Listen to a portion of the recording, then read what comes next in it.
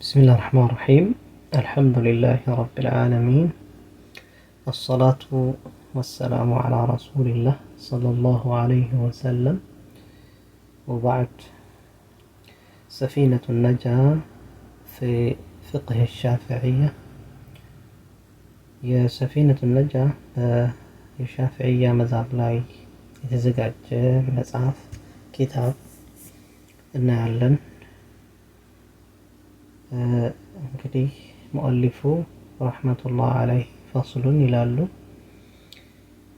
ፈስሉን ለይነው ሹሩጡል ፋቲሐቲ። ዛሬ እንግዲህ የምናየው ስለ ፋቲሐን ለማንበብ የተዘጋጀ ሰው የሚጠብቃቸው ቅድመ መስፈርቶች በተመለከተ።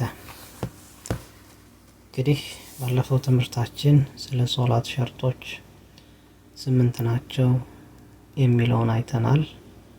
የሶላት ማዕዘናቶች ደግሞ 14 ናቸው ወይም 17 ናቸው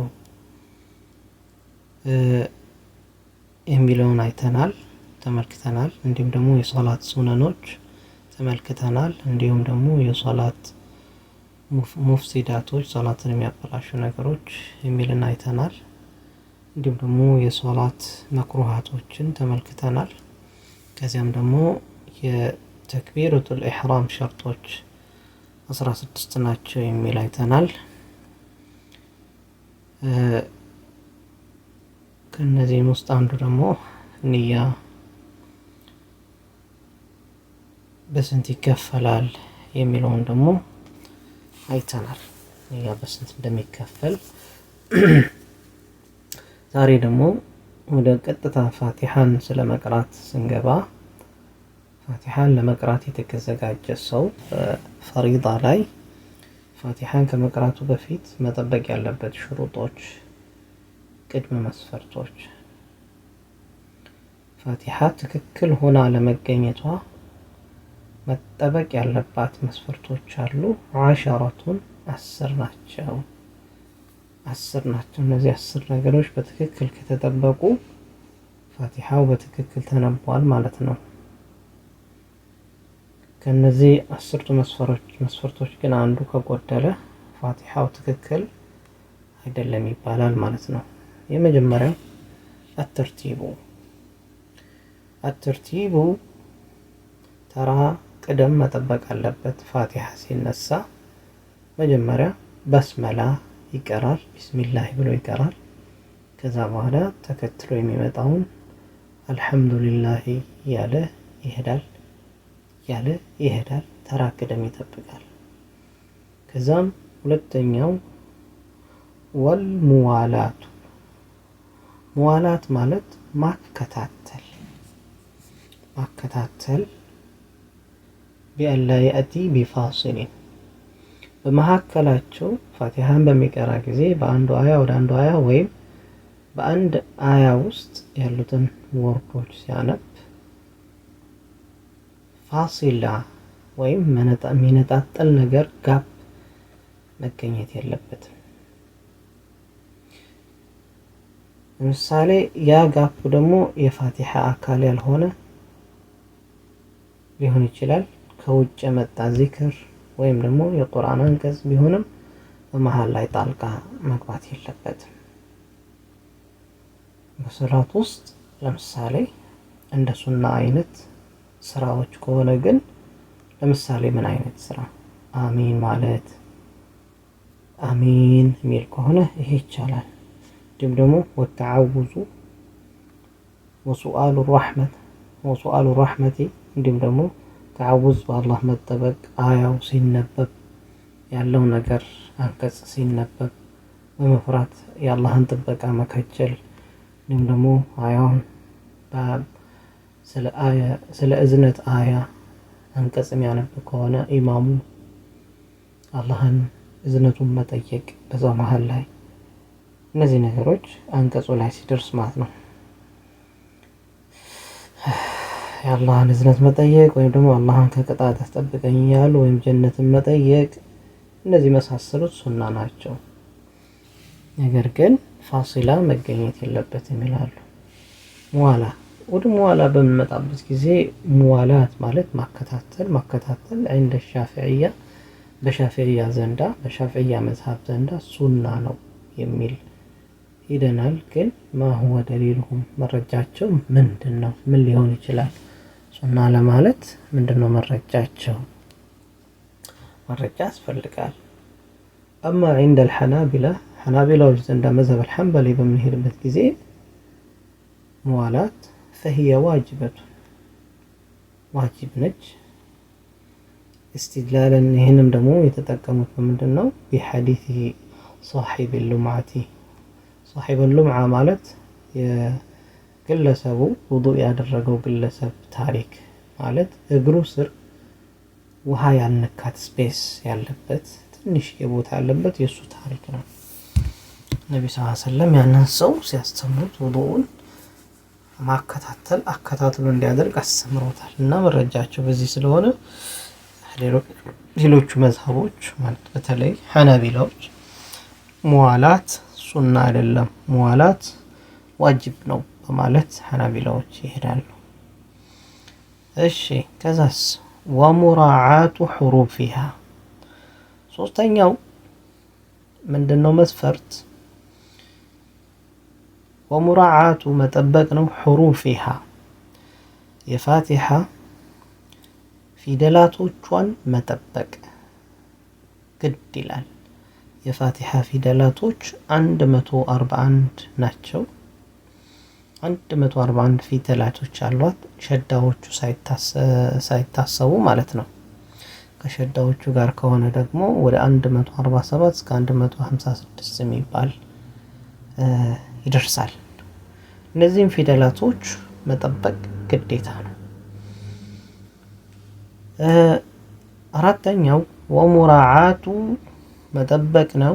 ተሽዲዳቲሃ የፋቲሃ ሸዳ የሚኮንባቸው ቦታዎች ሸዳ ማድረግ፣ ሚላላባቸው ቦታዎች ማላላት፣ እነዚህንም ደግሞ መጠበቅ ግዴታ ነው ይላሉ።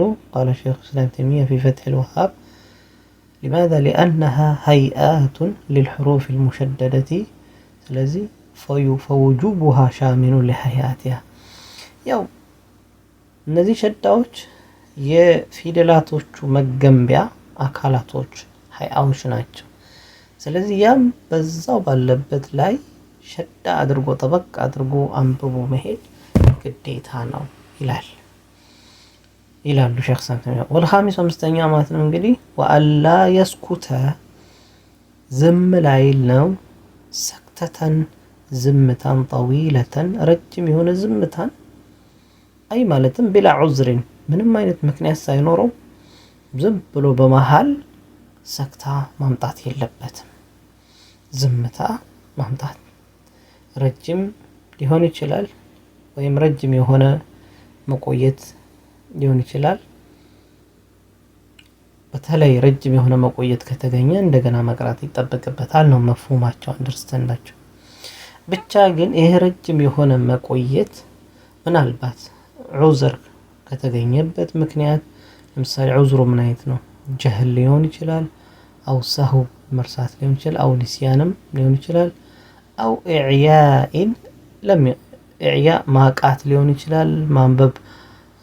የማንበብ እንትንም ከብዶት በአንዳንድ ምክንያቶች ሊሆን ይችላል። هذا لم يضر ይላሉ። ይሄ ግልጽ የሆነ እንትን ስላለው ሊጎዳ አይችልም። ነገር ግን ሰክታ ጠዊላ ረጅም የሆነ ያለ ምንም ምክንያት ተነስቶ ዝም ማለት በመሃል ያነበቡ በአያዎቹ መሃል ያንን ነገር መቆም አግባብ አይደለም። ሳዲሱ ስድስተኛው ምንድነው? ወላ ቀሲረተን ቀደም ጠዊለተን ረጅም የሆነ ዝምታም ዝም ማለት የለበትም ብሏል። አሁን ደግሞ ወላ ቀሲረተን አጭርም የሆነ ዝምታን ዝም ማለት የለበትም።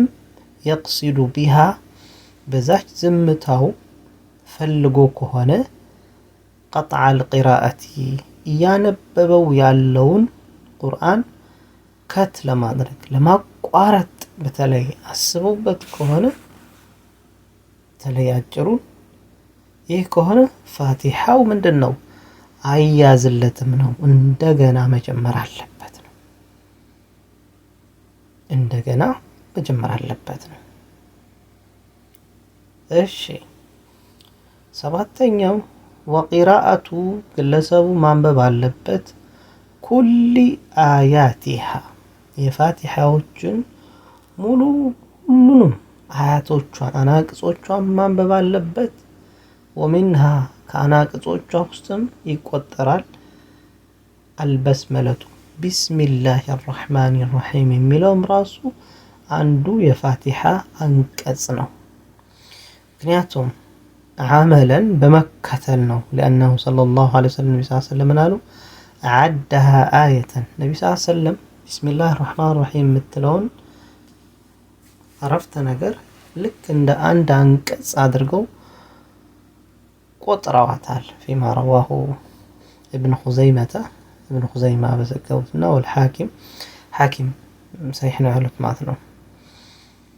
ያኒ ኢዛ ቀረእት ምክንያቱም እዛ ጋር ሐዲስ አለ ኢዛ ቀረእቱም ኡሙል ኪታብ የምትቀሩ ከሆነ ፈቅረኡ ቢስሚላሂ አርረሕማን አርረሒም ቢስሚላሂ አርረሕማን አርረሒም የሚለውን አንብቡ ስለተባለ ያንን ያነባል ማለት ነው፣ እንደ ግዴታ ማለት ነው።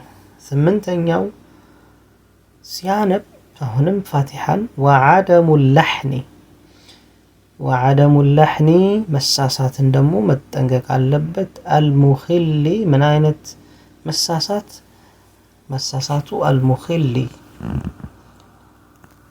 ገለል የሚያደርግ የሆነ ስህተት ቢልማዕና ትርጉሙን ሊያንሻፍፍ የሚችል የሆነ መሳሳት የለበት። ከነዛ ነገር ግን መራቅ አለበት። ለምሳሌ ማዕናውን ወዴት ነው ሊቀይረው የሚችለው? ማዕናው ለምሳሌ ኢዕራቢ የሆነ ስህተት ሊሆን ይችላል፣ ወይም ደግሞ ነሕዊ የሆነ ደግሞ ስህተትም ሊሆን ይችላል። ስለዚህ ማዕናውን ብቻ ሊያስወግድ ይችላል። ለምሳሌ አንዓምተ የሚለውን ይሄ ታኢቷን አንዓምቱ ቢል እንዲሁም ደግሞ በከስራ አድርጎ ቢያነበው ደግሞ አንዓምቲ ቢል ይሄ ምን ይላል? ማዕናውን ይቀይረዋል። አንዓምተ ዓለይህም ሲል አሁን እነሱን ያጣቀምካቸው ሆነ በኒዕማህ ጸጋህን ያጣቀምካቸው ማለት ሲሆን ይሄ ፋዒሉ ወደ አላህ ይመለሳል ማለት ነው። አንዓምቱ ከሆነ ግን እኔ ያጣቀምኳቸው ማለት ነው ፐርሰኑ። አንዓምቲ ብሎ ደግሞ በከስራ ቢያነቡ ደግሞ ሌላ ሰው ማለት ነው። በዚህ መልኩ ማዕናውን ትርጉሙን ሊያገል የሚችል አይነትን ስህተት ያንን መጠንቀቅ አለበት። ዓደሙ ላሕኒ ስህተትን አለመሳሳት፣ አልሙኽሊ ገለል ሊያደርግ የሚችል ቢልማዕና ትርጉሙን ገለል ሊያደርግ ትርጉሙን ሊያንሻፍፍ የሚችል አይነት ስህተትን መሳሳት የለበትም ይላሉ። ወታሲዑ ዘጠነኛው ወአን ተኩነ ልትሆን ነው። አይ ማለትም አልቅራአቱ የሚያነባት ቁርአን ፋቲሓ መቼ ነው መሆን አለበት? ሓለተል ቅያም ማለት በቆመበት ፖዚሽን ላይ ፊል ፈርድ በተለይ በፈርዱ ሰላት ላይ ምንድን ነው የሚፈለገው? እቺ ፋቲሓዋ ቂራአዋ ንባቧ ሶላት ውስጥ አይደል ያለ ነው እንዴ? አዎ። ስለዚህ በፈርዱ ሰላት ላይ ከሆነ በተለይ ፋቲሓዋ መገኘት ያለበት የፋቲሓ ንባቧ በቆምንበት ሁኔታ ስታንዲንግ ሲቹዌሽን ላይ ነው መሆን ያለበት። በዛ ሁኔታ ላይ ተኮኖ ነው መቀራት ያለበት። ኢላ መቼ ነው መቆም? ባለፈው ወልቂያሙ ዐለል ቃዲሪ ብለናል። ለቻለ ሰው መቆም ብለናል። ለቻለ ሰው ቆሞ ሲቀራ፣ ለቻለ ሰው ቆሞ ሲሰግድ ፋቲሓን በቆመበት ሁኔታ ላይ ማንበብ አለበት ነው እዚህ ጋር እየተባለ ያለው። ወልዓሽሩ አስረኛው መስፈርት ወአን ዩስሚዐ ሊያሰማ ነው ነፍሰሁ ራሱን አልቂራአተ የሚያነበውን ቁርአን ራሱን ሊያሰማ ነው። ጃይ ማለትም ጀሚዕ ሑሩፊሃ አጠቃላይ ሐርፎቿን ሊያሰማ ነው ራሱን በራሱ እነዚህን ነገሮች መጠበቅ አለበት። ወልሐዲ ዐሸራ 11ኛው የሚለው እንግዲህ ወአላ የተኸለለሃ ፋቲሓን በሚያነብበት ጊዜ አላ የተኸለለሃ በመሃሏ ጣልቃ ላይ ገባ ነው ዚክሩን ዚክር የሆነ አጅነቢዩን አጅነቢ የሆነ ከቁርአኑ ፓርት ውጭ የሆነ ሌላ ዚክር መግባት የለበትም። ለምሳሌ ከቀውሊሂ አላሁመ እግፊር ሊ ወርሐምኒ ዐንደ ወሰጢል ቂራአቲ ልክ ቁርአኑ መሃል ላይ ፋቲሓ ላይ ማለት አላሁመ እግፊር ሊ ወርሐምኒ ሊያስብል የሚችል አይነት ምንም አይነት ሪዝም በሌለበት ዝም ብሎ ጣልቃ ማስገባት አጅነቢ የሆነ ከፋቲሓ ውጭ ዚክር ቢያስገባ ይሄ አይቻልም ነው፣ አይበቃም ነው። ነገር ግን አሚን ሲል ለምሳሌ عند قراءته ولا الضالين ተብሎ ሲቀራ አሚን ካለ فهذا لا يعد ذكر أجنبي ይሄ ዚክር አጅነቢ የሆነ ዚክር ነው ተብሎ አይቆጠርም። ራሱን የቻለ ፋቲሓ አካል ነው ተብሏል። ይሄን ይመስላል እንግዲህ 10 መስፈርት ብሎ ሲያበቃ አሸረቱን ብሎ ሲያበቃ 11 መስፈርቶችን አስቀምጧል። ኤኒዌይ والله تخللها ذكر أجنبي ما شاء الله ይሄው ነው።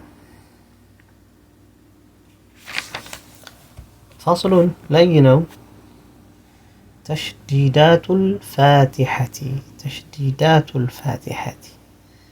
فاتحة لاي በጥብቅ ወይም ተጠብቀው በማጥበቅ የሚቀሩ ፊደላቶች ወይም በፋቲሓ ውስጥ የማጥበቅ ምልክቶች የሚገኝባቸው ቃላቶች ማለት ነው። እነሱም 14 ቦታ ላይ ናቸው። 14 ቦታ ላይ ይገኛሉ። አንደኛው ቢስሚላሂ ስንል ሸዳው ምን ላይ ተገኘ ማለት ነው? ፈውቀ ላሚ ማለት ላሙ ጭንቅላቱ ላይ ተገኝቷል። የትኛው ላም? ላመል ጀላላ አላህ የሚለው ላይ ላሙ በሸዳ ተገኝቷል። አንድ አርረሕማኒ ስንል ደግሞ ፈውቀ ራኢ ሸዳው ራኡ ላዩ ላይ ተገኝቷል። አራ ስንል 2 አርረሒሚ አሁንም ፈውቀ ራኢ ራኡ ሸዳው ራኡ ላይ ተገኝቷል። 3 አልሐምዱሊላሂ ስንል ሸዳው ፈውቀ ላሚል ጀላለቲ ላመል ጀላላ ላይ ተገኝቷል። ሊላሂ ስንል ረቢል ዓለሚን ስንል ፈውቀ ልባኢ ሸዳው ባኡ ላዩ ላይ ተገኝቷል። ረቢ ስንል ማለት ነው። አርረሕማኒ ስንል ደግሞ ፈውቀ ራኢ ራኡ ላዩ ላይ ተገኝቷል። አርረሒሚ ፈውቀ ራኢ አሁንም ራኡ ላዩ ላይ ተገኝቷል። ማሊኪ የውሚዲኒ ስንል ፈውቀ ዳሊ ፈውቀ ላይ ማለት ነው። አዳሊ ዳል ላይ ዳል ፊደል ላይ ዲኒ ስንል ዳል ፊደል ላይ ተገኝቷል ማለት ነው። ኢያከ ናዕቡዱ ስንል ፈውቀ ልያኢ ያኡ ላዩ ተገኝቷል። ኢያከ ስንል ያኡ ላይ ተገኝቷል። ወኢያከ ነስተዒን ስንል ፈውቀ ልያኢ አሁንም ያኡ ላዩ ላይ ተገኝቷል። ኢህዲና ሲራጠል ሙስተቂም ስንል ፈውቀ ሷዲ ሷድ ላይ ላዩ